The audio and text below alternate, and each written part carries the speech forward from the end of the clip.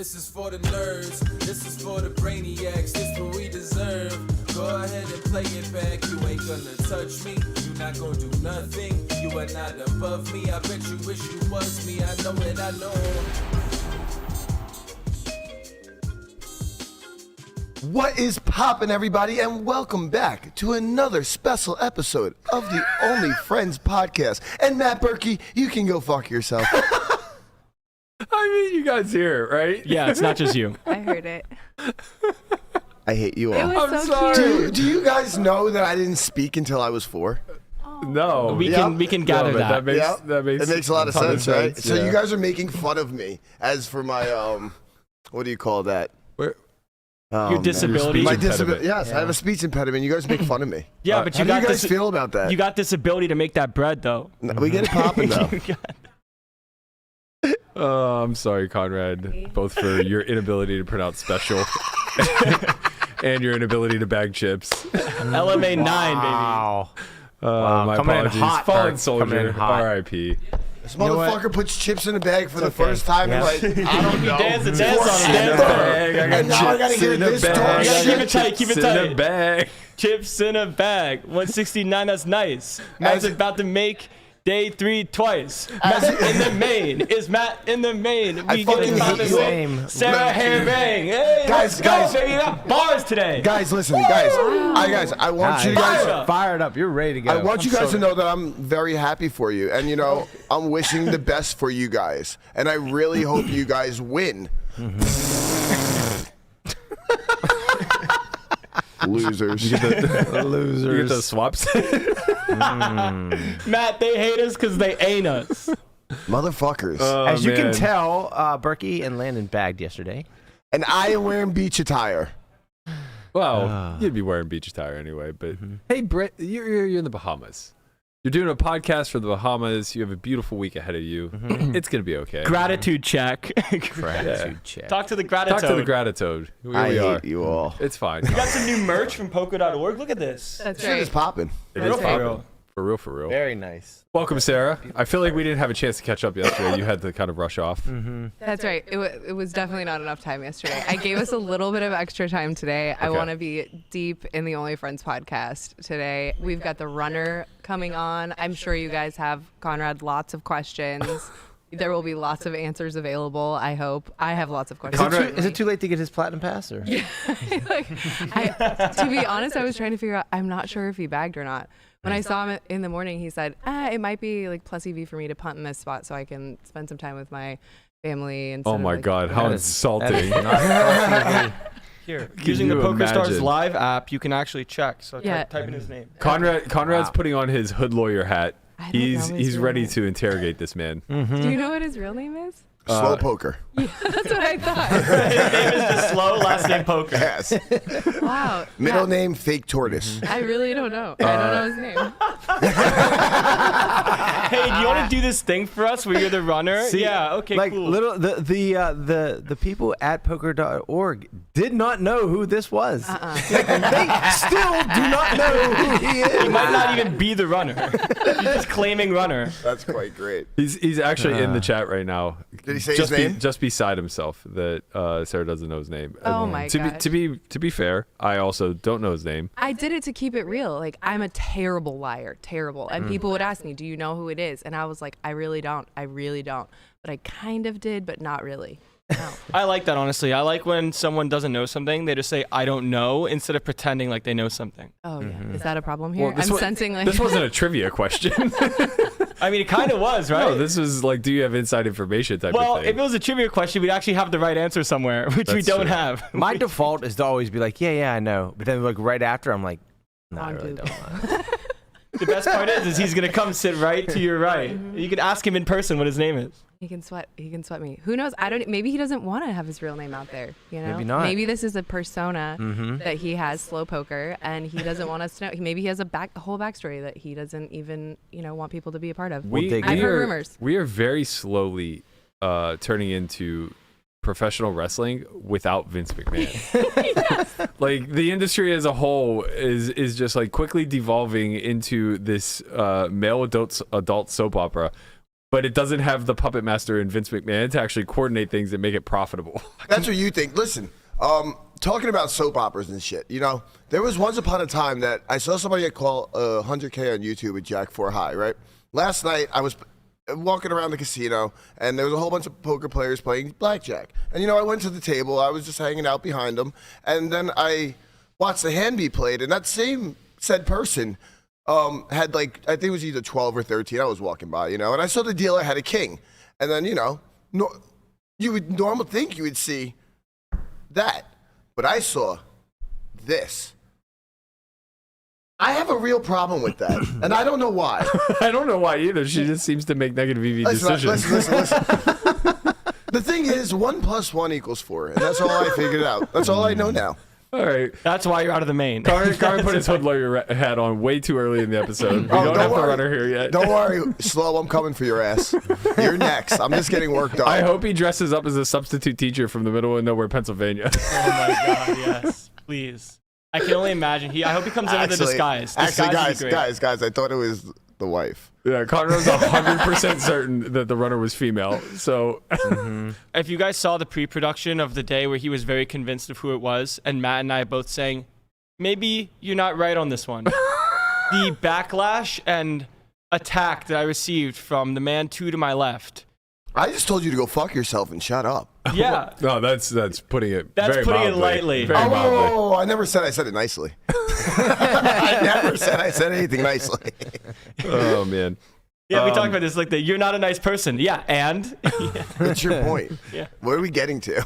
I want to hear about your experience, Matt, yesterday. I sat and watched at the very end of the day you play a hand that seemed like it took glacially long, from my opinion, but maybe that was just how things were going that day against an old man coffee type person in maybe the 9 seat. Yeah, big shout out to him. He's a fan. He watches. Oh my God, I'm sorry. no, she's not. You Not just called him anymore. old man coffee. Not anymore. We just lost one. Well, so it's funny because earlier in the day he had folded a set on a board where folding is just absolutely not an option. Old man coffee. And he was right. And no, I don't know if he was right or not. But so he was facing an 18K river bet. It was level 3 into a 25K pot, and he had flopped a set of 4s on Queen 6-4, and he had just convinced himself that his opponent who check raised him on the flop had a set of 6s. That was it. He was just positive of it, tabled it.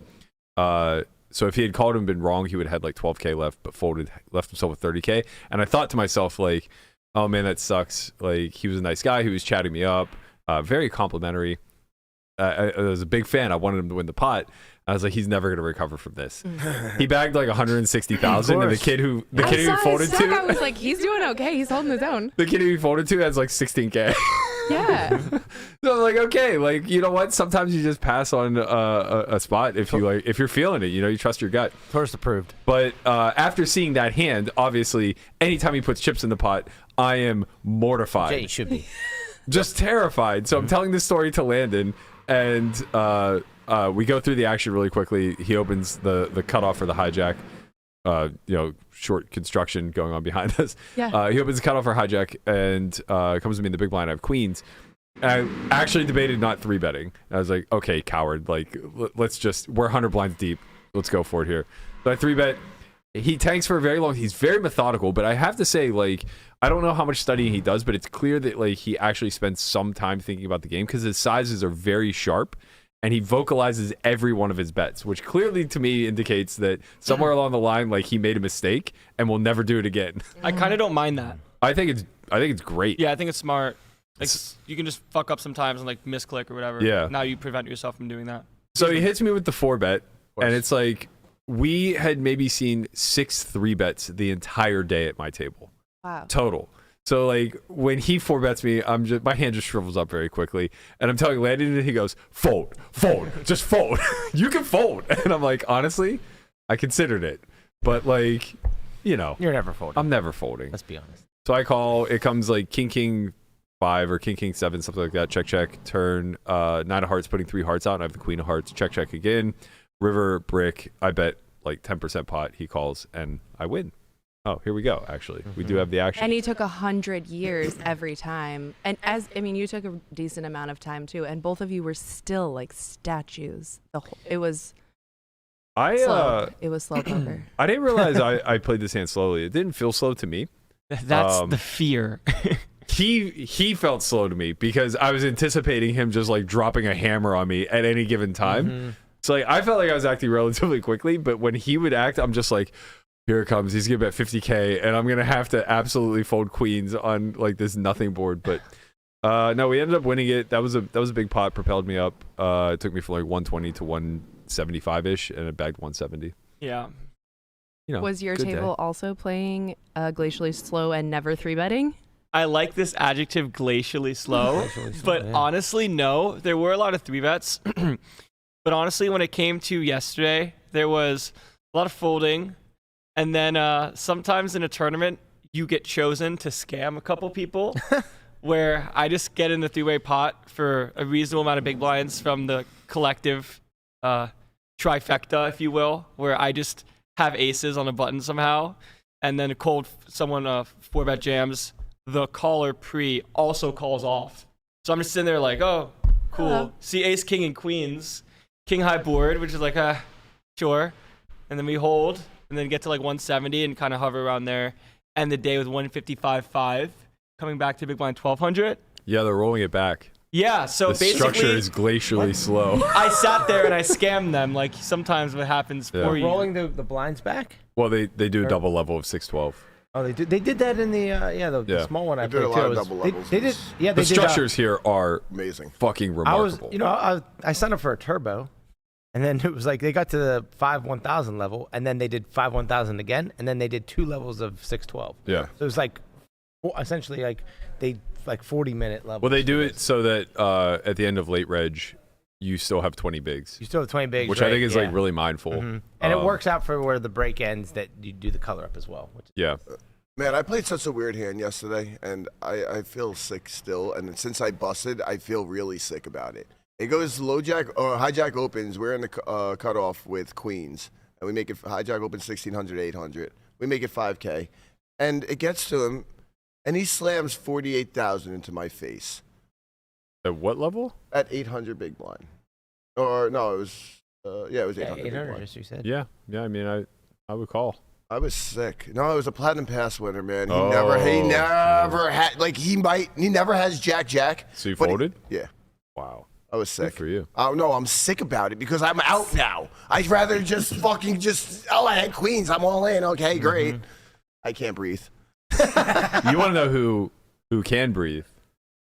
Our man Cuz. Oh man, Cuz got chips. I was gonna ask you guys about this because I feel like I've been missing something, right? You said we're going into like a WWE type scenario, Yeah. and all my team was doing, I shouldn't say that. Cuz is the East Coast Jim Ross. Dude, he was like the only thing happening yesterday, only recording this guy, and I'm curious from a poker player's perspective. I could sense, the people at his table. It's annoying after a while. And Nicaragua with the Ecuadorian round. This is Oh, my amazing. back has got to see it, cuz. I believe, you know what I mean? It's very important. You don't like me because you think it's too long. That's the problem. You don't want me to hang around. I told him, let me have this when he gets to the next one. Say, right? You know what they say, right? But maybe you're going home. Yeah, okay. Think long? Okay, it's okay. It's okay. Think long, think wrong. Maybe you're going home. It's okay. I got it in already. I can't have no decision to make. All right. I'm already in. I'm already all in, sir, for the last 5 minutes. I haven't even called the clock on you. Oh, keep it real one time. Keep it real one time. Deuce. Let's go. Let's go. I made him call me, cuz. You see that? I'm going on. I know what you had, cuz. Yeah, I know what you had, cuz. When I give the speech, when I put the pass in there, let's go. Let's go. I mean, he said it himself, right? When he puts the speech in there, he's got it. Look, I'm not trying to tell you how to run your business, Sarah. Or, I mean, it's not your business, but I'm not trying to tell Poker Org how to run their business. But you guys fucked up. Cuz should have been the runner. Yeah. Oh man. It's true. Speaking of, You're not lying. somebody just snuck up in here and we're out here talking shit about him right here. Right in front of his face. I'm not saying. I mean, obviously. By the way, welcome, Thank you sir. for having me. I heard that guy yesterday across the room, and now it's nice to have context now. That was great. If you, I don't know much of your background, but if you plan on playing tournaments at all and like traveling the tour, you will hear Cuz everywhere you go. And I have to tell you, after having done a sit down with him and like really interview him, I love the guy to death. Like, I used to think it was a shtick and it was like kind of annoying. This is as genuine as can be. That's This just who he guy's is. life hangs on the balance with every single turn of the card, and he means it. I love it. No lie. Okay, so I've definitely, there have been lots of players with lots of these really dramatic personalities that I've seen on the tournament scene. Players' responses are quite often and mostly, this is super annoying and bad for the game. There seems to be this real affection for him in general in the poker community that I was surprised by, considering how gratuitous the sort of celebration is. And I was curious, in that spot, for example, would you consider that like gratuitous celebration? Because the guy who just lost was pretty salty. Yeah, I think the love for him comes from how genuine it is, right? Because there's some people who just want to do it for attention and all this stuff. It's so genuine. He just loves it, and like his passion for the game is what drives people to him. This is how my mom feels. She hates the NFL penalty excessive celebration because she's like, they scored a touchdown. Like, shouldn't they be excited? Yeah, That's kind of exactly. if you're just sort of grinding and put your head down and there's no emotion, it's kind of a bummer, right? Right, exactly, yeah. I'm all about the characters. Like, obviously for me, for my industry, it's way better and way more interesting. And a lot of what we got yesterday that was interesting was him. But I was surprised by the reaction, which made me definitely think, well, what's the difference here? But I guess you can sense that genuineness or something. Maybe, yeah. Everyone did say, if you don't like this guy, watch him on the OnlyFriends podcast, Good, and you will exactly. like him afterwards. Yes. So I was like, I got to check that out. I guess. Honestly, I think it's not because of the actions itself. It's because of the individual, right? Like, someone you don't attach a face to the action for, it's easier to be like, what's going on? Who is this? But like, once you kind of give the backstory and you give the things behind the person, it becomes more palatable.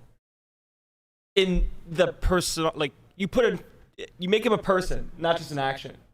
Okay, but so here's an example maybe. Yeah. Yesterday I heard a lot of backstory about Eric Person, which I thought it was a very compelling backstory, like someone who came from a lot of nothing and he worked really hard but is that a shtick how he acts, or is that really how he is? And I think players' responses to him are much more varied.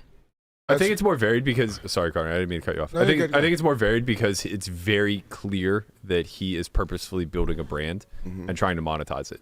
Yeah. And like, that's so disingenuous to anybody who's viewing. But also, he has a ton of supporters who like love the bad boy image where he's just going to tell people to fuck off on stream. How do you think he's monetizing that personality? I Like being the don't. heel? But yeah, I feel like maybe poker's not a financial plus for him, but I might be wrong.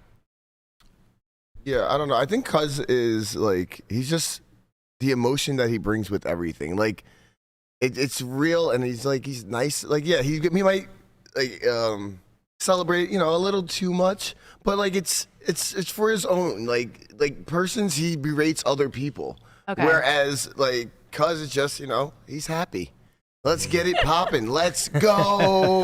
Okay, but speaking of people who are creating personas and different personalities, slow poker, we did talk about, we don't even know your name, which it's fine if you may or may not want to reveal this. My but detective just told me his name is Jonathan Rand, and he has 68,500 in the tournament. No, it's Philip Ivey. No home Jerome. I almost did a no home Jerome clue at one point. I was at some beach and I thought I would play it off like I was at City, because isn't that the Yeah. he was under the Yep. boardwalk? Yeah. So I almost did that, but then I audibled. All right, I have some questions before questions. I turn my counsel on you, who's very upset. A council of one. Let's get one thing out of the way first and foremost, because I think it's like the biggest thing that the collective onlookers want to address, and that is the costume aspect of it. So fill us in a little bit as far as like how this opportunity came to be with poker.org and like what were the rules that were laid out before you whenever they were presenting it to you? Sure. Yeah. So I was approached to see if I was interested, and the sort of broad contours were laid out to me. And then kind of by the end, the obvious sort of hurdle was, wife, spousal support, spousal sign off. So, Mr. Slow Poker, sorry, I don't mean to interrupt. Can you get the mic a little bit closer to you? I was going to say that, and My I was like, this isn't apologies. my job. I'm Yes. overstepping. I'm not accustomed to. I'm not like an on-camera guy. So so I was approached, and the contours were laid out, but it was kind of like, can you take 3 weeks and kind of go off the grid? And I said I have to check with my wife, and so Brad Willis, who's the brainchild of this, approached me about this, and it sounded awesome because I'm always, as people who see Slow Poker know, I'm not like my channel isn't really about like GTO and being a crusher. It's more about taking poker as a template or as a backdrop and then making it fun. Right? Yeah. It's not really. No, I would never tell anyone to come to my channel to learn how to play poker. So this sounded great to me. It's like it's poker is the backdrop, but really it's more about this intrigue. But how all the steps from A to Z we decided to sort of, some of them were decided, but a lot of that was on the fly. Yeah.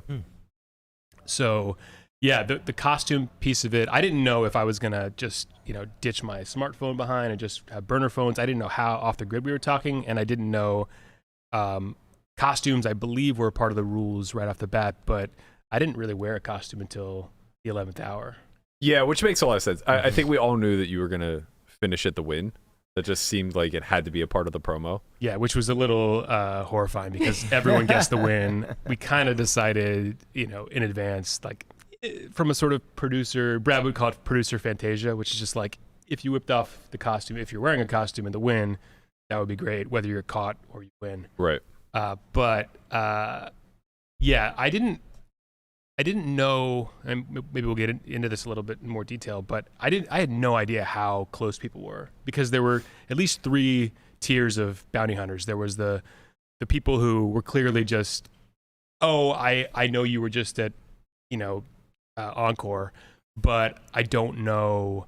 But then that's it. I'm going to stop looking. Then there was a sort of Conrad segment, which is just like, I am going to, I'm out there telling the world, like, I'm looking. I guess there's a second tier within that bucket, but basically the people who were kind of publicly saying, I'm looking, and either they put their clues out there for the world to see or not.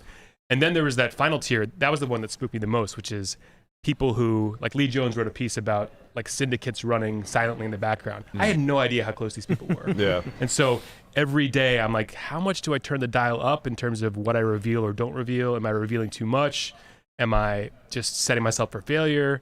But I wanted the contest to be fun. Like to me, the cat and mouse was more fun to me than, if this was boring, I wouldn't do it. Right. There's a way that you just kind of win and give almost near nothing. Exactly. And like, it's really nice to hear that some things are more than just about the EV of the spot, where it's about the spirit of the game. Exactly. Yeah. And Lee Jones put out a great piece early on, and Lee didn't know that I was the runner, but I wanted to tell him because he's like, he's showing too much, he's revealing too much, and I wanted to say, I could scale it back, but who cares? Everyone would just like kind of lose interest in It was 24 such a hours. tough balance because that immediate reaction was so many people being like, oh, we found you, we got you, like the first video, the second video. And then as things got a little bit more complicated, then people were like, oh, it's way too hard. Like, this is way too hard. And I was like, oh my gosh, this is so, like, what?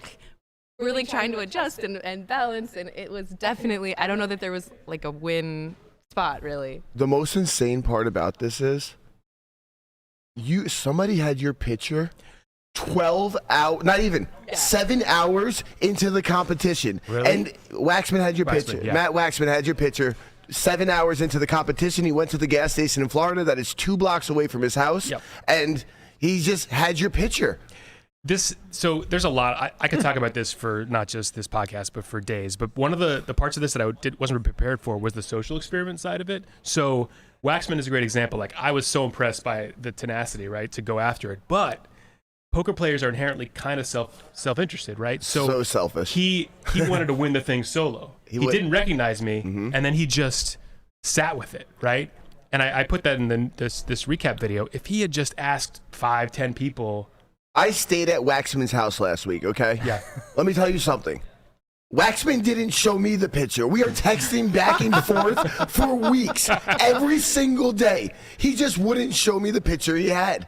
He showed me the final day, and I didn't recognize you. And it was that day that he happened to show DePaulo. Right. And DePaulo immediately knew. And it's like, if you had Such done a this clown. 3 weeks ago, you guys would have won the pass. There's Yeah. no way. Now, neither one of them are here. I'm so Doesn't mad at matter Waxman. how thick the wig or how, if I put on like, ridiculous makeup or wear like a fat suit, it doesn't matter. Like I am toast. If everyone knows this is the guy. Right. Yeah, yeah. How close was somebody to recording you, or did you see anybody try and record and ask if someone else was the runner?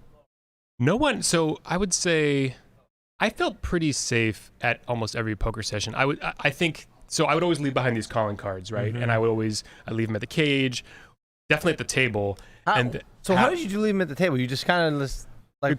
Yeah, good what was the question. process? So it was. I mean, I hate to reveal this because it's kind of braggy. But when I was a kid, No, I no, flex. we Now, this wanna is the know. flex. No, I'll flex. Nah, flex on literally everyone. Let him cook. I was really into Magic as a kid. Magic the Gathering? Sorry, ladies, I'm married. So no, just Magic, just straight up, like sleight of hand, and that's what I would do. So it was pretty elementary okay. Magic, but basically I would always. So I had a whole protocol, right? So I would play a session, cash out, and then walk up to the table and with like $10-15 and just like tip the dealer, oh, thanks so much, with one hand. And then while everyone was watching, like, what's this guy doing? I would drop off a bunch of cards. Sick. Except a few times I screwed up. So one time my sleight of hand was way off and everyone just saw me just like drop 5 calling cards. Everyone just looked at me and I'm just kind of like gave this weird look and just kind of little bye and just sort of like, and I kind of slowly walked to the door and just like booked it. Yeah. And then one other time I forgot that I didn't cash out yet.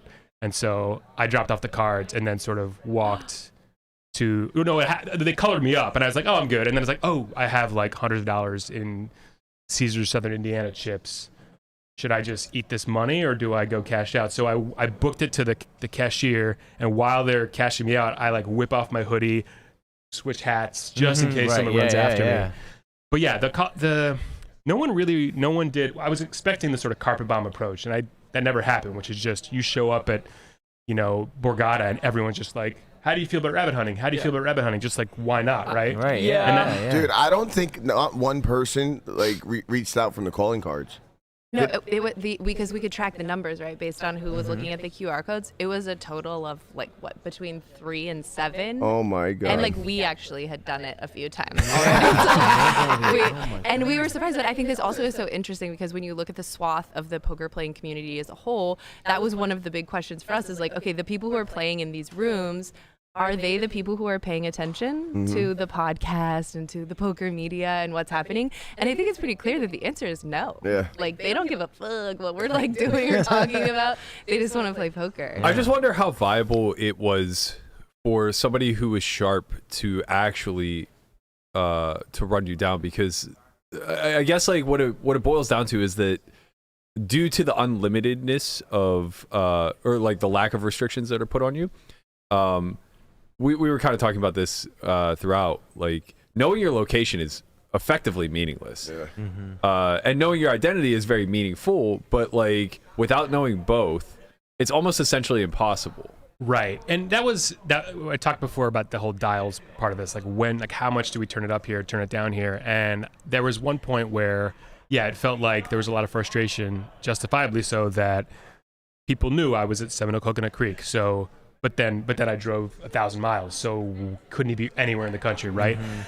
One thing I didn't say was that I got exhausted. So at a certain point, I'm actually just going to be within this few 100-mile radius. Yeah. I did fly that one time, but and we'll get to that in the next recap. But I started, I would say, right around the halfway mark. I started to, like I said, the where I was clues were kind of obvious to some, but the where I'm going ones were a lot harder. Right. So, and some people started to narrow that down, but not enough. So there's one, I can reveal one of them. So I would say in week 3, midway through, and this was my biggest sweat, I thought, which is that I threw out the morning I was going to Agua Caliente, I started following the water heater company Ream. Yeah. And so Agua Caliente, hot water. And I was like, I'm telling people I'm going to hot water. Jesus right? Christ. Okay? I never put that together. And I showed up at Agua Caliente, and there was only one table running. Oh.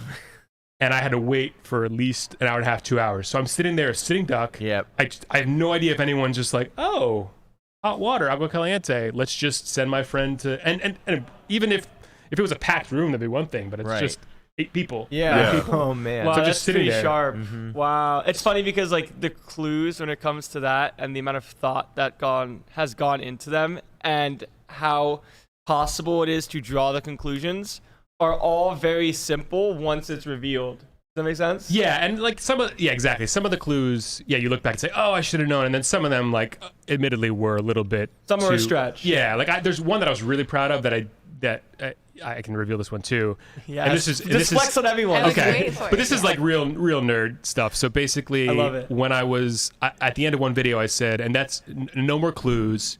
If you're crying about a lack of clues, don't worry, you've still got a hanky. And everyone's like, hanky what's hanky? killed What's me. hanky? Is that Brent Hanks? Is that Matt Hanks? Blah, blah, blah. So what it was, and again, nerd alert, if you lift out, so when I say if you're sad about a lack of clues, the lack of clues was unlocked the clue.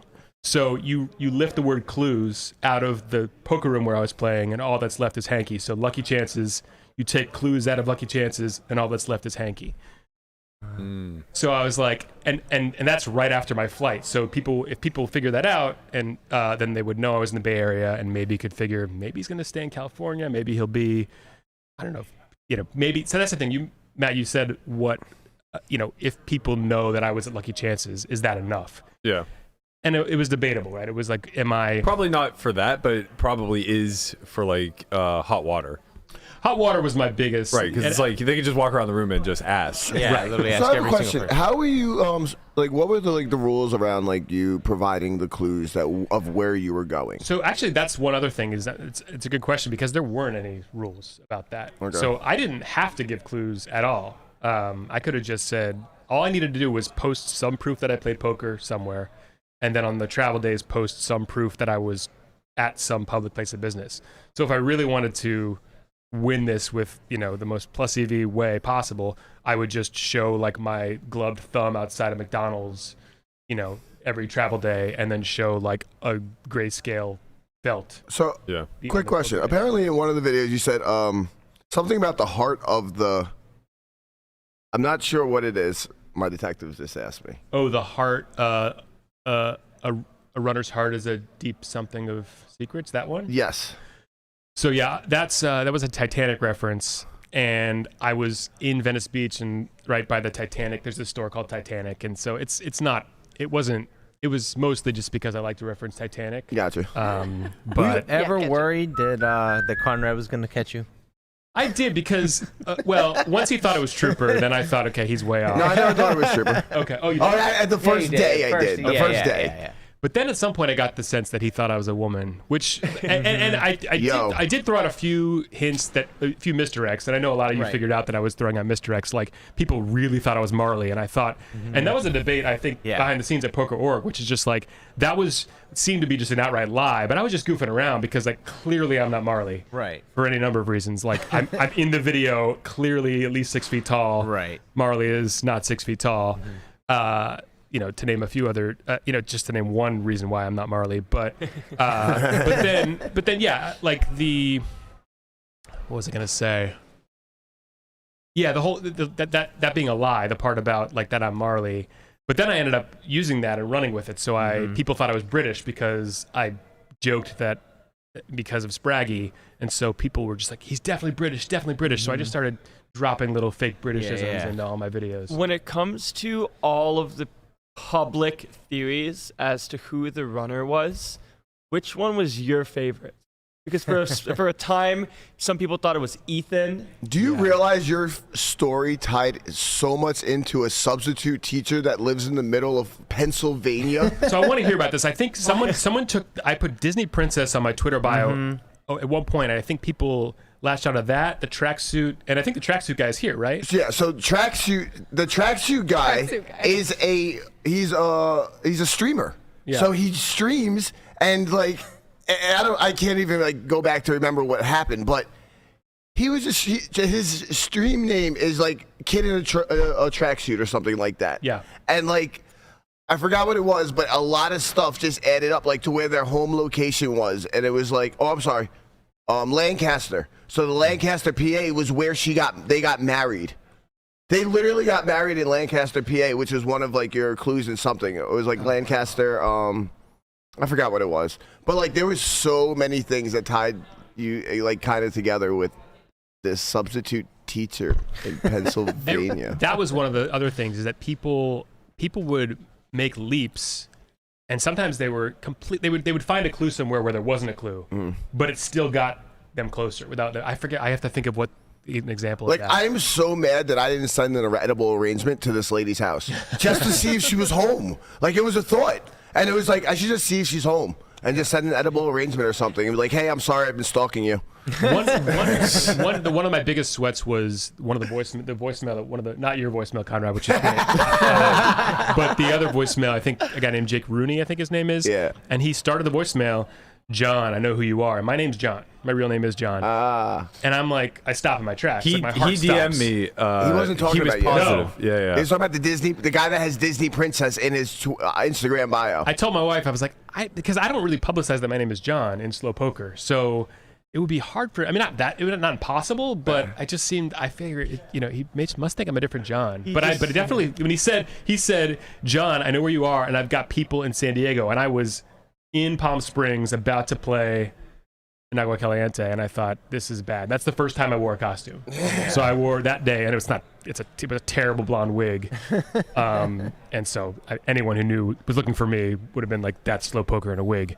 But my actual somewhat difficult costume was on that last day. Once DePaulo texted me with 5 hours to spare, or whatever it was, I was getting dinner, and I get a text from DePaulo. The whole DePaulo sweat was ridiculous because DePaulo called me. I was driving from Lucky Chances to Commerce, and DePaulo called me out of nowhere, and I just like immediately declined. Because anytime a poker player called me, like Ethan and I were texting, and I was just like, he knows. And then DePaulo just called me, and I hung up. And then he called me again, or I called him back from the road, and we talked for like an hour, and I'm sitting there like, we have about nothing to do with this. And I'm like, is he just dancing around this? Does he know? And then he texted me about like a few days later, like, hey, you're going to be in Vegas for this WPT thing. And I was like, oh, maybe. And then a couple days later, and then like I think the day before, it was a great fake out by him. At that point, he knew. It must have been 24 hours before the deadline. 24 hours. He texted me like, hey, I'm doing this last minute meetup game thing at Mandalay Bay. Here's what they're going to pay us. Blah, blah. If you're in town, like we should do it. And I'm like, he made it sound so realistic. And I texted my wife. I was like, if I win this thing, can I stay a little longer for this Mandalay Bay meetup game? It's just like total nonsense. And then some hours later, he texted me this whole like, I know it's you. And that's when I was like, oh, I've really got. He gave you a heads up. Yeah. He texted me. What an idiot. Wow, yeah. Well, he tried for a while, and this is another thing, and I tweeted about this. For Waxman and DePaulo, like they were so I was so impressed by the steps they took, but at the same time, it was this great level of both impressive work and tenacity, but then too lazy to actually read the rules. Yeah. So Waxman, like in DePaulo's vlog about Runner, Waxman said like, I don't know if like he's got to play today or if he wins today, blah blah blah, and right there in the rules it says the runner must play within the last 4 hours before midnight, and so they're spending 24 hours like all over Vegas trying to find me. I'm not going to be there for 20 of those hours. Yeah. Right. Yeah. So I said it was like a 24-hour wild goose chase where the goose is there for 20 of the hours. Yeah. They're so dead at the end. Yeah, I'm fascinated by the contest. I find it to be like very engaging. It really, I don't know. There's something about like being a part of sort of like a murder mystery type of game. It almost reminds me of that new movie that just came out. The Glass Onion. Yeah, Glass Onion. So I actually think that like this scales. and it can easily just become like a reality show or a game show in and of itself, where this happens like 2, 3, 4 times a year. But I do think that the rules need a little bit of tweaking. Absolutely. Just in the sense of a little bit more exposure, right? So like I think that you only have to play an hour a day. There's no reason for you to play a second longer. And that's just like such a sliver of a window in a big country where we already don't know your identity. Absolutely. Yeah, I would think, like, we talked about it a lot, how is it too difficult, right? And the 1 hour thing, it's funny because I had planned on playing long sessions because I thought I would also vlog. Yeah, and then the second after the first session, like, there's no way. Like 61 minutes, I'm gone. Yeah, of course. And yeah, but I totally agree. I think there are ways to make life a little easier for the bounty hunters, but also still protect you. Yeah. I think there's a way to gamify a lot of things where you have to reveal something about your next stop, but maybe it's like you could have like one real clue and 2 throwaways, something along those lines. I think it would be cool to like gamify your travel, so you're only allowed to use certain vehicles one time. When you made that joke about Conrad using 10 forms of transportation, I was really close to actually. I was in San Francisco and I was going to take 10 forms of transportation as a shout out to. Oh my God! Did you watch all of the episodes? What's that? Did you watch all of the episodes? I listened on the road. Yeah. Wow. And that was honestly, I put in the recap that, no joke, I am driving in the Blue Ridge Mountains, and Berkey says, and I'm listening to the pod, and Berkey says like, who's our most known person in Cherokee, North Carolina? And I am headed to Cherokee, and I'm like, I can't go. Like you put such fear in me. There was that. I was in Pittsburgh planning to play, so I had this whole thing laid out for Pittsburgh, where I was going to buy Steelers gear, and as a Jags fan who's had a few matchups with the Steelers over the years, I'm not a Steelers fan. I was going to, they were playing the Falcons home game. I was going to go to Rivers, and I figured they're all going to be so distracted. Even the bounty hunter is going to be so locked on the screen. So I was going to go, and then I'm like, but Berkey, they've been talking on the pod about all these, they're collecting groups of people to put in different spots. I'm like, why would I go to like Yinzerland? Right? This is a terrible idea. So I head to Borgata instead. I'm like, I just can't do it. I won't do it. I literally, the entire time, I literally knew nothing. No, nothing. He's just out there just throwing, the amount of paranoia. There was, I felt very paranoid. Good, I did something then. Yeah. Yep. There was a point in the middle, though, right, where we talked about, okay, we need to gamify this a little bit, give people a little more options, and that we put out like a trivia type element. Fun. And this gave us lots of pause and questions that I would love to hear you kind of explain some of what went into that whole debacle. Yeah, that was so right around the time, like you said, we were kind of worried that people were getting restless. Like, we know where he was, we don't know where he's going, and like I said, I wasn't sure how close people were, but I wanted to make it interesting. So we talked about this idea of a riddle, that if people could solve it, that they could ask me any question. And so I put out a riddle, and the first person to solve it asked a question. And we talked at length about like, what could this question be? Because if it's just like, what's your first and last name? Or what's your social? I can't answer that question. Because I did have this fear, because poker players, like we said, self-centered and relentless. So what's to stop someone from being like, well, let's go check out his family. Let's go to his house. Because Lee Jones said, like, why not hire a PI? Yeah. And that put the fear of God in me. So Stacy Mucci won the first riddle and asked me what was the date of my last live stream, which is a great question, right? Yeah. And I was so nervous because my last live stream was Hustler Casino Live, and I was like, that's the biggest one, and I'm probably not Sashimi Poker. I'm probably not DK. I'm probably not DJ AF. So they might immediately know it's me. And in fact, after I posted the answer to that riddle, you guys followed me on Twitter. And I was like, they know. Only friends know. That's funny. There's so many random synchronicities that you're just like, what? So this is so random. That morning. Who was part of the Once a week, we literally just follow who's recommended to us. Just spooked me like a half dozen times, and all of them were accidents. My God, Joe Tracksuit's wife was also on stream those days. I want to let you know. Okay. She was a Spanish teacher. Wow. And she does it like online. That's so funny. So she had live streams all these times. This is how conspiracy theories work. Exactly. Oh, there was so much. The conspiracy He's talking about being stuff? on Hustler Live, and you're talking about this woman doing a Zoom call. One bounty we hunter talked about that, One too. bounty hunter circled a K and a C in a tweet I did. They were like, Kansas City. He's wearing a red hat, Chiefs. Yeah. And I was impressed by that, but then he's just like, definitely Harris, Kansas City. Like, 100%. And I have friends who would do that. They're like, 100%, 100%. And I hear that Oh, Conrad's we like have that one way right too. here. Yeah. Two to my left. Yeah. And I told one of my biggest 100% guys, I'm like, you just say 95. Like, Yeah. because Yeah. you're Leave yourself usually When we wiggle were debating room. your gender, Conrad said 1,000% female. I got a lot of people who would DM me like, Laura, I know it's you. And I'm like, sure. I remember there was in pre-production one time, Conrad said he was 100% sure he knew who it was. I, as the gentleman and scholar, said, you know what? I'll give you 90 to 1. And I told him to shut the fuck up, just like I'm about to. 90 to 1. If he's 100%, it's free money. And he goes, Yeah. shut the fuck up in less nice of a tone. But just know the chaos that you've caused this group, Well, and we thank you for it. that cuts both ways. Honestly, I'm trying to think of what else that happened because there were a few times. I mean, there was when Berkey said, when Berkey mentioned Cherokee when I am pretty much outside Cherokee. God, what else was there? I mean, Conrad made it seem like he knew he was getting closer. He did make it seem that way. He was very close. I mean, he had this woman absolutely pegged. He just needed her location setting. I want to go back a little bit to the strategy side of things, both from the hunters and from your perspective as the runner. A lot was talking about when we spoke with like Lee Jones about creating a syndicate, and the idea is like if Waxman had done that, you for sure would have been caught. I think it's very problematic with this particular contest because there's no divvying up of the prize pool. So if you just throw the clues out there and some 1-2 wreck from middle of nowhere Wisconsin finds you, you now have to take equity in. I'd rather have equity in the runner.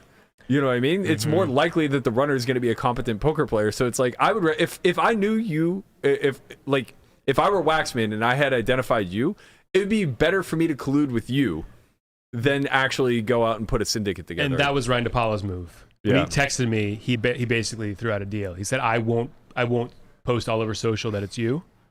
Let me get a cut. And I was impressed. I was impressed by that approach because maybe he knew it would be too hard to find me. Did he get a it's cut? sharp. I just ghosted him. And you said, fuck it, we ball. That's right. And that's when I wasn't sure if I was going to go out in costume. I knew that people guessed I was going to the win. And I had all these wigs at my disposal because I bought them in week 1.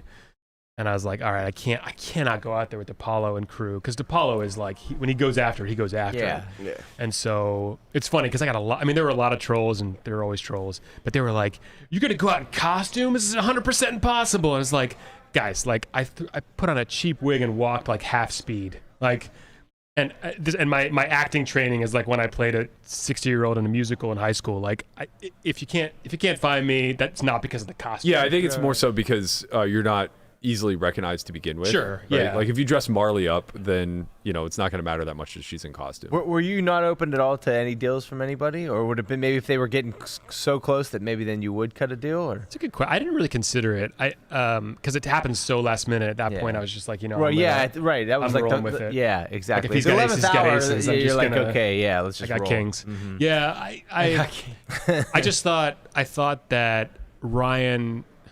I don't know. I mean, so obviously he knew he knows what I look like, and I didn't know how many people. I mean, he could show everyone what I look like. Yeah. And I wasn't sure where I was going to play, and that was actually the hardest part. Was when I played my session at MGM Grand. I was dressed up like a 95-year-old man, but I didn't know how to play poker as an old man. Yeah. Wait, when did you play at MGM Grand? The final Like day. 8 or 9 at the final day. He 8 or didn't 9 play p.m. it to win. He just hung Yeah, out so what I there. did was I went to MGM Grand very slowly, walked like, God, it was so long a walk. When you're 95 and you're walking, I did so much slow walking through the MGM Grand. I played a session there, and it was adorable too because I truly folded every hand. Not because both for the VPIP, old man coffee thing to check out, but also like I didn't know how to like believably 3-bet with old man hands. Yeah. Like I thought it would just look people would notice the fact that Very young those are hands. Yeah. 40-something hands. So You're I all of a just sudden shuffling all your chips, not thinking I didn't know about what to it. do. Like, Like, whoa, look at this guy. couple limps, I got king queen suited. I'm like, fold. I mean, it was just absurd, right? But at this point, I was just so eyes on the prize. And then as I'm getting up, this guy next to me is just like, "You didn't play a hand, bro." And I just gave a little old man like, and then I left. And then I had to walk slowly to the cage, cash out. Like I bought in for like 1,000 and cashed out for like $980 or whatever it was. And then Tortoise mode. tortoise mode. And Did you have then, old or sorry, man shoes? Tortua? Is it Tortua? Don't encourage this, Yeah. please. I can't breathe. I fucking called Bring it MGM on, the I don't night care. that night, and I was like, "Do you have a blonde lady playing in there?" So great. I didn't think your costume wasn't a blonde lady. I had a blonde wig. But then I drove to the Wynn. I called my wife and it was just like, this is it. Going to the Wynn, which is the scariest part because I knew everyone was there, right? Yeah. And obviously DePaula could have told 1,000 people go to the Wynn. Right. And so there was a couple interesting parts about that from a sort of behind the scenes point of view, is that I showed up the Wynn and I was going to meet up with a videographer on the Poker Org side to get some B-roll of me walking around in costume. And then he's like, the heat's on. Yeah. Like, I can't. Yeah. So I'll meet you at the poker room whenever you want to go there. And I appreciate that because, like, if I'm a bounty hunter, aren't I just, like, staking out all the Poker Org staff? Yeah, for sure. Yeah. Like, I ran in to look for a blonde lady. I called, asked for a blonde lady, and you were there. I'm sick. And not a You blonde should lady. be proud that you were close. Close. I'm Yeah, you were closer so than you realized. sick. One thing, real quick, I know Jamin's in the chat, so Jamin Burton. So I won, and I, like, whipped off the wig and was just relieved.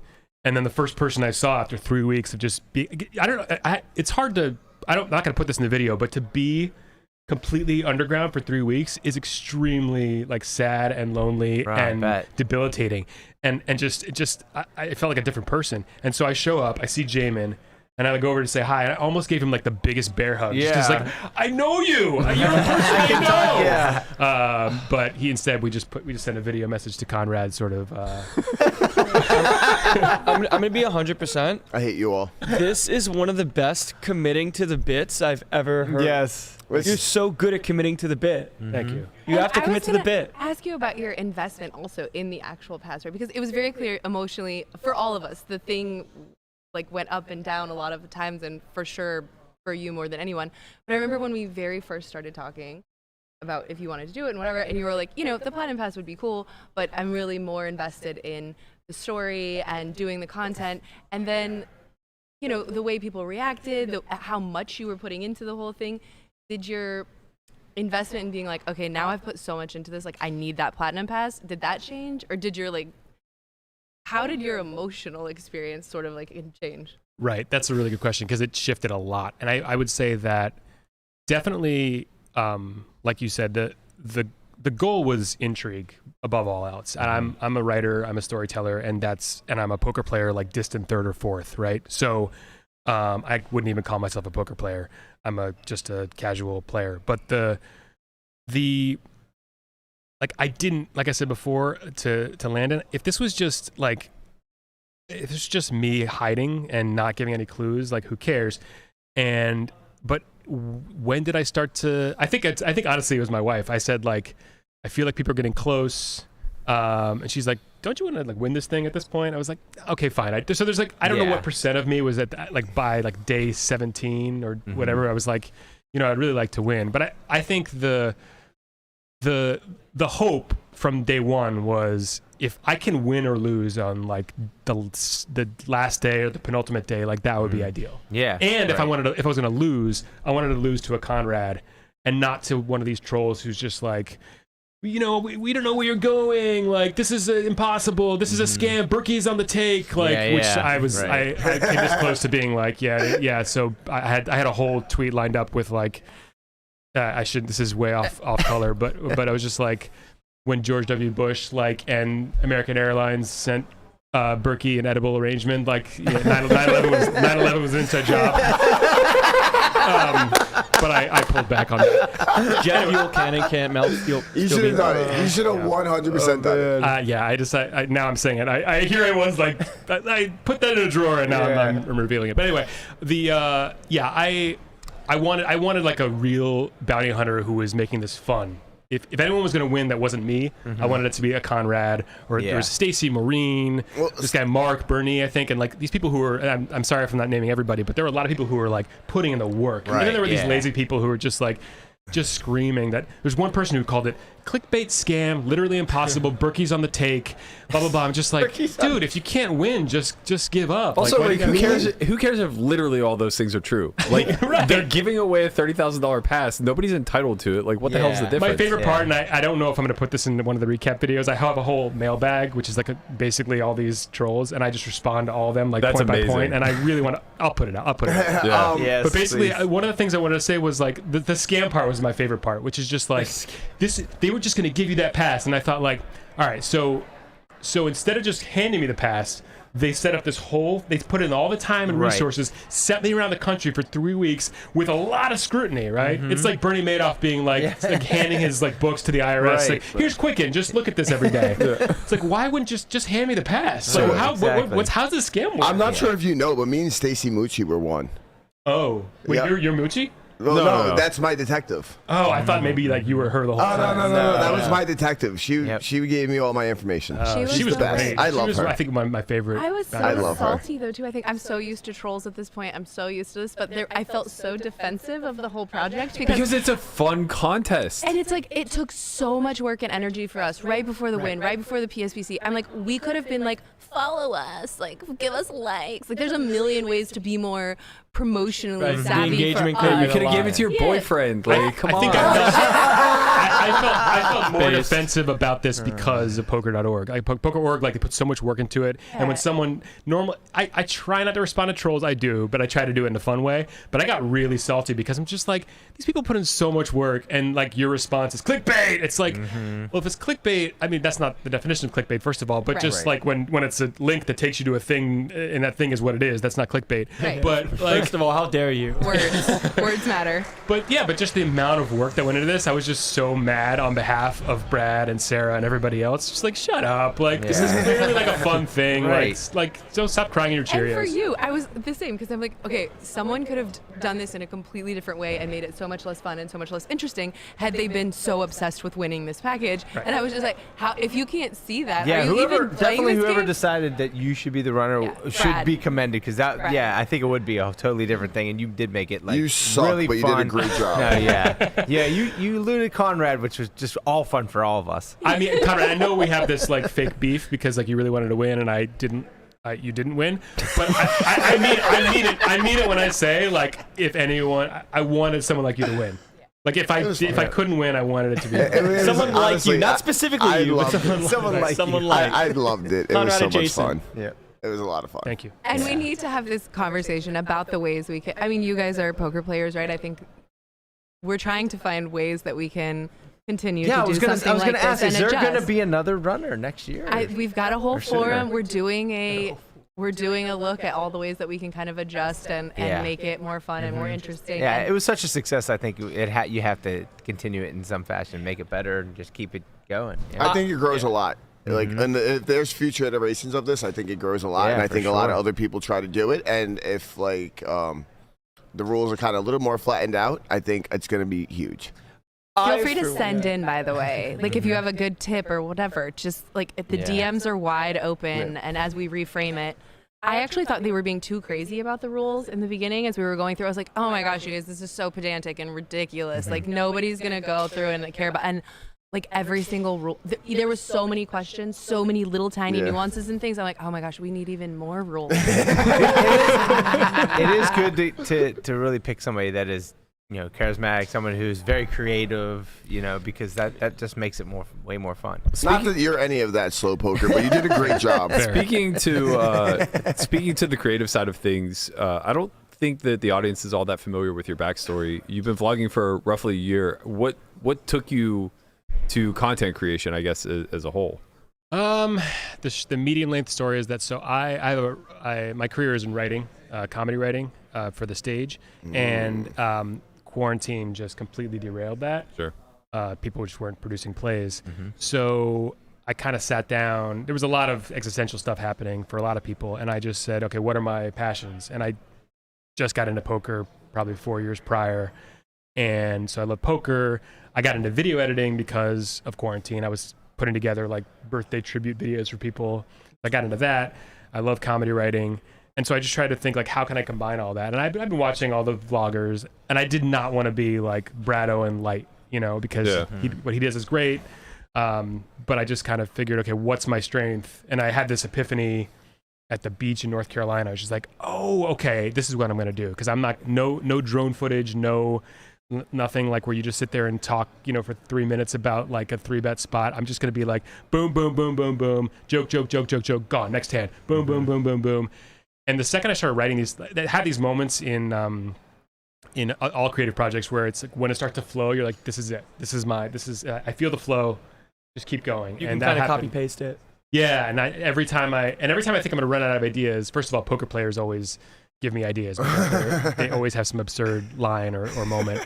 But yeah, I had these epiphanies of like an idea, and I just can't wait to like, present it in the vlog. So yeah, slow poker is my way of both, it sort of comes across as like a tilted rec player, but I get to, one little sort of hidden secret about all this is that people, a lot of people kind of give me grief for being a bad player. And the sort of, the hidden thing is that like, if I was just winning, it's not that interesting. Right. Yeah. I'm a writer, and like, if the protagonist just doesn't hit snags, it's a boring movie. Right. Yeah. So yeah, I like to sort of show the sad sack moments of poker. Okay, 2 questions. 1, how did you come up with the name? And 2, what is your interest and involvement of improving and getting better at poker itself? Okay, so the first thing is just a stupid irony. I just thought, I had this epiphany in the ocean. I was like, oh, I'm going to make it like fast-paced, boom, boom, boom, boom, boom, because I'm a short-form writer. Mm-hmm. And then I thought, I'll call it slow poker. And now that's, every time someone sees my shirt, they're like, why is this, what's that? Oh, it's a poker channel. It's a comedy poker show. And then they say, why slow poker? I'm like, because it's fast. And it's just like, I always feel like that's such a stupid layup joke. As for the poker side of it, like, I still have so much, my focus is still so much on the sort of squeezing the comedy out of poker. This tournament has been fascinating because I'm not a tournament player. I'm a cash game player. So I'm fascinated by this whole process. So I know there's a totally different kind of study that has to happen. I'm not a studied player. And yeah, I don't know what point, because I don't have designs on being a pro. I'm not like a grinder, but I would like to get better. And I think honestly, even just poking fun at spots or awful folds, and I've made a lot of awful folds. Because I get to sit there editing it and working with my editor and like writing about it. Those are weirdly a form of study where I get to really look at the sizing tells and the bad sizing or good sizing by me. And so, yeah, oddly, we wouldn't think comedy writing would lend itself to a greater understanding of the game, but it has been for me to some extent. That's super cool. I think, honestly, I'm going to talk a lot of shit forever, but you absolutely crushed it. And like you did really good at this whole thing. It was really good. Thank you. I had a lot of fun, and the sweat was fun. And when Brad Willis, the brainchild of this whole thing, or the brains behind it, I should say, he said like, we want you because of these reasons, and I think one of them was that winning this. I don't mean to like understate the past because it's a massive past, and I'm so grateful to be here, but like that wasn't. It wasn't for you. Yeah. Not like the driving force. No. The driving factor. You just thought it was a great idea. And if you picked like someone who like really, if Vogel sang like, here you go, like win this thing. Yeah. Real slow poker. Yeah, exactly. So this is bullying. I heard. I read that whole thing. Kilbane, I think you overreacted. But anyway. For the record. And Henry, I love you, buddy. But you're also a comedian. So but I thought that. Because of this, the sort of story was more important. I think that's why you guys picked me. Well, and if you guys haven't checked it out, do check out his YouTube, Slow Poker. Because I will say, for me, I definitely thought that the space was already saturated even like 2 years ago or 3. I was like, oh, poker vlogs, yay! But like, there's a lot hitting. And when I watched what you were doing, I was like, I cannot believe that he managed to find a space for himself that does not exist, that's like very much his own, that works so well for you and is so interesting. And I mean, I think in this day and age, I just have such kudos for people who can be content creators over and over and over again and still make it so good every time. All you guys, Brian DePaulo, I mean, Slow Poker, it's hard. It's so hard. Mm-hmm. Thank you. First of all, I forgot to mention one other reason why I started this thing, which is that the sort of the fifth or sixth reason was everyone was so sad during quarantine. And again, I'm not a great poker player, but I wanted to find an excuse to kind of inject joy. And I feel like poker players, I mean, a lot of people went through some tough times, obviously, but I was explaining to my kids this morning because they were like, how many likes and views did you get on blah, blah, blah? And I was like, and they're young kids. And I was like, I said, okay, I care less about that. But when people come up to me and they say like, oh my God, like that, I was having a terrible week, you made my day. And like, I know that sounds really cheesy, but especially during quarantine, poker players who are used to like sitting around a table and just goofing off and having a great time and suddenly are just like trapped in their homes, you know, grinding on apps. And I just like, I was brainstorming ways to like, how can we inject like a smile? Like, and again, I apologize, it sounds so saccharine, but yeah, let's just add a little levity. And it is funny because I know I keep coming back to trolls, but people are just like, oh, you suck, you're terrible poker. I'm like, I think you could probably get by the channel that my goal here is not, the goal here is to make people laugh. That is like number one, make you laugh. The rest of it is really like there's trolls everywhere. You just gotta ignore them, you know? I've had these conversations too when people will like talk to even just poker players in general or content creators in some sort of space. Or they'll say something like, don't you want to have a job that contributes to society or something along those lines? But creating content is a form of contribution, right? Like someone comes up to you and they say, hey, I was having a really shitty day, but watching your videos makes my day. That was one of the first messages I got after like one of my first videos. I'm going to shout him out, Alan in Texas. He was just like, I had a terrible week and I can't believe I found this. Like, thank you so much. It was like, it's such a sweet of him to do that. We've been in correspondence ever since. And it's just, you know, it's, like that would happen for my career too, where people would say, and this is like, you know, where like, I'm dying and you made me laugh for one night. It's like, oh, that's awesome. Right. And I'm not saving their life. I'm not curing the disease they have, but like give them a night where they get to like belly laugh. Right, sweet. Exactly. Like that's awesome. I contributed 1%, but you know, that's it. I'll take that. Honestly, I kind of get that like with this podcast. I feel like we get that a lot and it's like, it's a really good feeling. Well, I should say that the one thing I told my wife today, because I ran into Robbie, I forget his last, Straczynski, and I told my wife, I said, like, Robbie, Only Friends, like, the amount of, like, levity and, like, joy and happiness and positivity that comes from, I mean, poker can be such a toxic, like, sad, like, head down, I'm pissed off industry, that I just love these sort of departures. So kudos to you, kudos to Robbie, like just to add some amount of where it's not just, you know, picking the right spots and you know, making exploitative folds. I mean, that's important obviously, but we can add a little bit of fun. Exactly. Do you still feel motivated to create content a year in? I do, yeah. And I was worried about that. I was worried that I would start to dry up or lose interest, but I've got, what's fun is that I've got content, I've got footage from playing like at the lodge in April that I'm still just so eager to put out. But I've been, you know, the runner thing took the lead, and Hustler Casino took the lead. So yeah, I'm so excited. I've got like outlines ready to roll. I'm really pumped. How much is it now a part of your life versus what was the traditional day job before the quarantine? I don't know the percentages, but yeah, it's not your full-time thing. No. But and thanks to my editor Adam, shout out to him. I'm able to do, because that was the one thing that was taking up the most time because I'm not an editor by trade. So he's awesome. So he joined me. I forget how many episodes ago. So that's nice. But no, there's still a big part of my life because I write for a living and I have to handle some of that business myself. So yeah, I don't know the pie chart, but yeah, I wish I had more time for this, but don't. And you have kids. And I have kids, and you know that's a lot of the pie chart. Yeah. Especially when everyone is getting sick now. Oh, so, standard. Yeah, no, I feel like there hasn't been a week where someone isn't home with the sniffles. Winter. So how was your day one?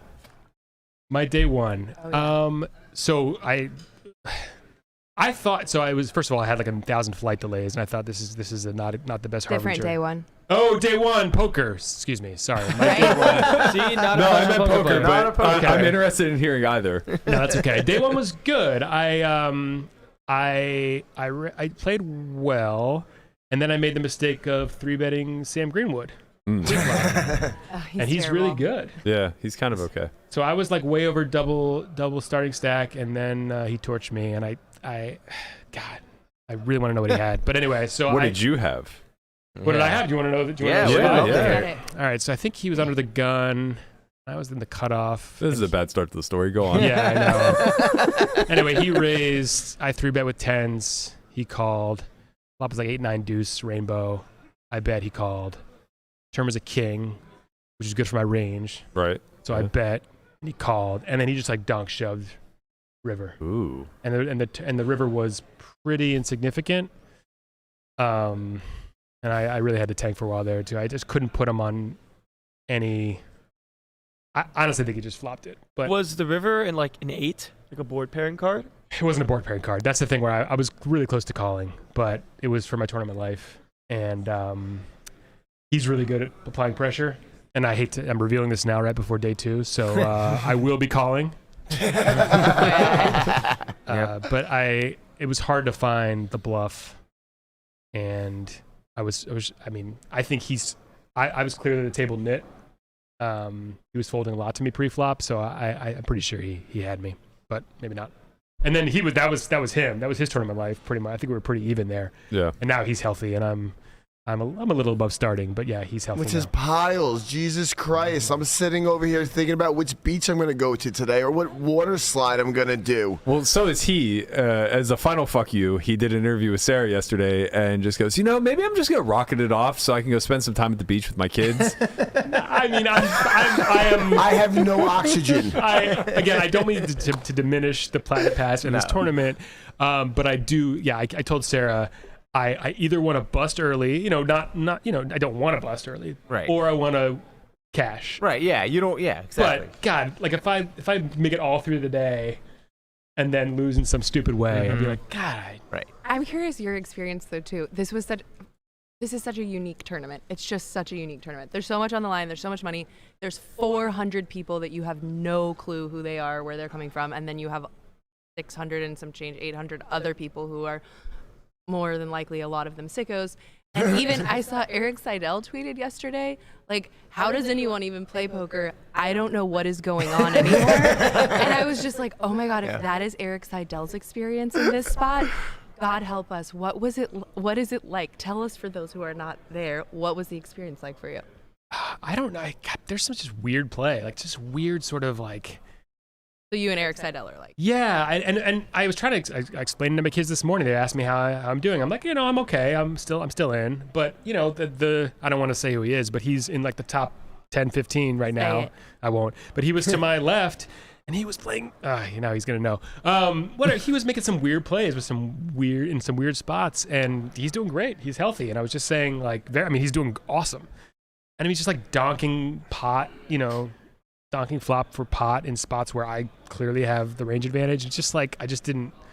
Anyway, I think there's a whole new secret form of poker that just the top pros know about. Nobody else does yet. And Eric Seidel is faking it so hard. Yeah, of course. He knows exactly what's up. I don't know. Long con, 5-day con.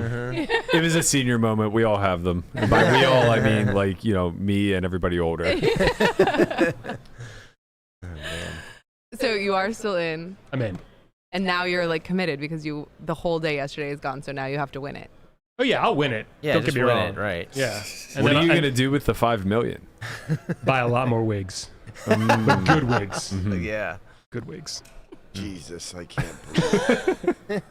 I mean, Conrad, let it go, man. You would have just torched it all by level 4 or 5 anyway. Yeah. You got in there. You had your run at it. Let the man breathe. Let him cook. I don't even know. Did you get a platinum pass somehow? No. He just found 25,000 laying in the streets. Right. Hi, my name is Conrad, and I'm Conrad. I can't. I had I'm Conrad. 3 people Buy a piece of me. yesterday Sold who out. had multiple platinum passes, and I was just thinking, this is such. I mean, there's a lot of platinum passes out there. I was like, I should have worked harder at this. Yeah, well, like they won one this year, then they won one this year, or they won 2 this year, whatever. I just was thinking, wow, this is probably, people should strategize This tournament makes me realize that everybody's rich. Hold on. Yes, that's true. Everybody's rich. That is too true. much money in the system. B. So wait, if you were to win multiple platinum passes, I mean, you're already set for next year. Listen, I don't know this. I don't know the rules. Oh my I don't run God. this show. We should just like hunt down Slow platinum poker has passes. to go to the bathroom. Me too. He's Moving had enough. pretty fast, to be honest. He's running, but He not doesn't any know this, but faster. we're gonna end the show while he's gone. Yep. That's unfortunate, but runner no, is you can't running. win multiple passes for the same year, as far as I know. Well, I mean, she just said it. Okay. No, She's you saying can't. that they won for consecutive years. Because Yes. if somebody pulled the platinum pass that they added to the mystery bounty, They had to put it back. they had to put it back and try again. Really? That's sad. Good thing that Mike with that dog in him pulled out the platinum pass. Yeah, lucky for Mike. You know how brutal that would be? You pull a $30,000 bounty, and they're like, no, put it back, and then you Yeah. pull 1K. 1K. Send it back. Like, 1K, no draw. Sir, again. I don't think you understand the spirit of the rules. I want my dollars for this thing. The The hell mystery is is do you going get on actual here? money for it? That's wild. I do hate to end the show with him not here, but we all got to get ready for day 2. Thank you so much to John Slowpoker, poker.org, for putting on the runner competition. I really do hope that this becomes a thing. Like, I'm not kidding. I would tune in weekly if this were a game show. I would chase the Survivor. motherfucker yearly. And he would yell at me in the process. I guess like the problem would be that there would have to be some sort of like backup if they were to make a game show out of this, because like what if the person just gets caught like day one? 2? Yeah. It's like, okay, we have 2 episodes this season. We worried about that. We tried for again. sure. Yeah. But I had a blast sweating it. I to be honest, I wasn't really trying all that hard to find the runner, but I was trying as hard as possible to like just be involved. Like I wanted to be adjacent to somebody who found the runner. Yeah. It seemed like a good claim to have.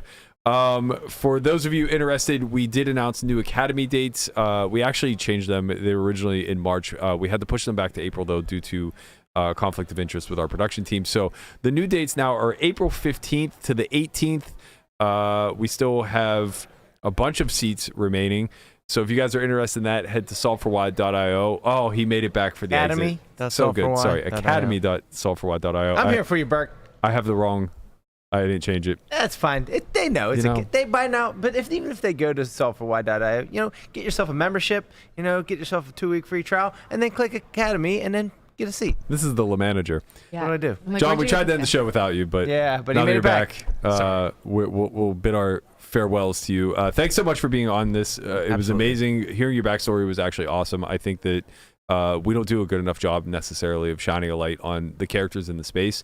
So I'm happy you had this opportunity to be the runner and showcase your talents. I hope everybody spends a little bit of time on your channel. That's Slow Poker on YouTube. If you guys haven't already, go over there, subscribe, give him a little bit of love. I'm sorry to all of the bitter ones out there that didn't have a chance to win the Platinum Pass. Hopefully you put it to good use. I've never rooted harder for someone to min cash. Thank you. I appreciate all that. Thank you for having me on. And yeah, I will do my best to min cash. Get that main cash. Do it. That's going to do it for us here today. We'll be back tomorrow, 9 a.m., potentially a special guest in the works. Or sorry, 10 a.m. East Coast, potentially a special guest in the works. We'll let you guys know via social. Check us out there. Otherwise, we'll see you then. Deuces. Peace.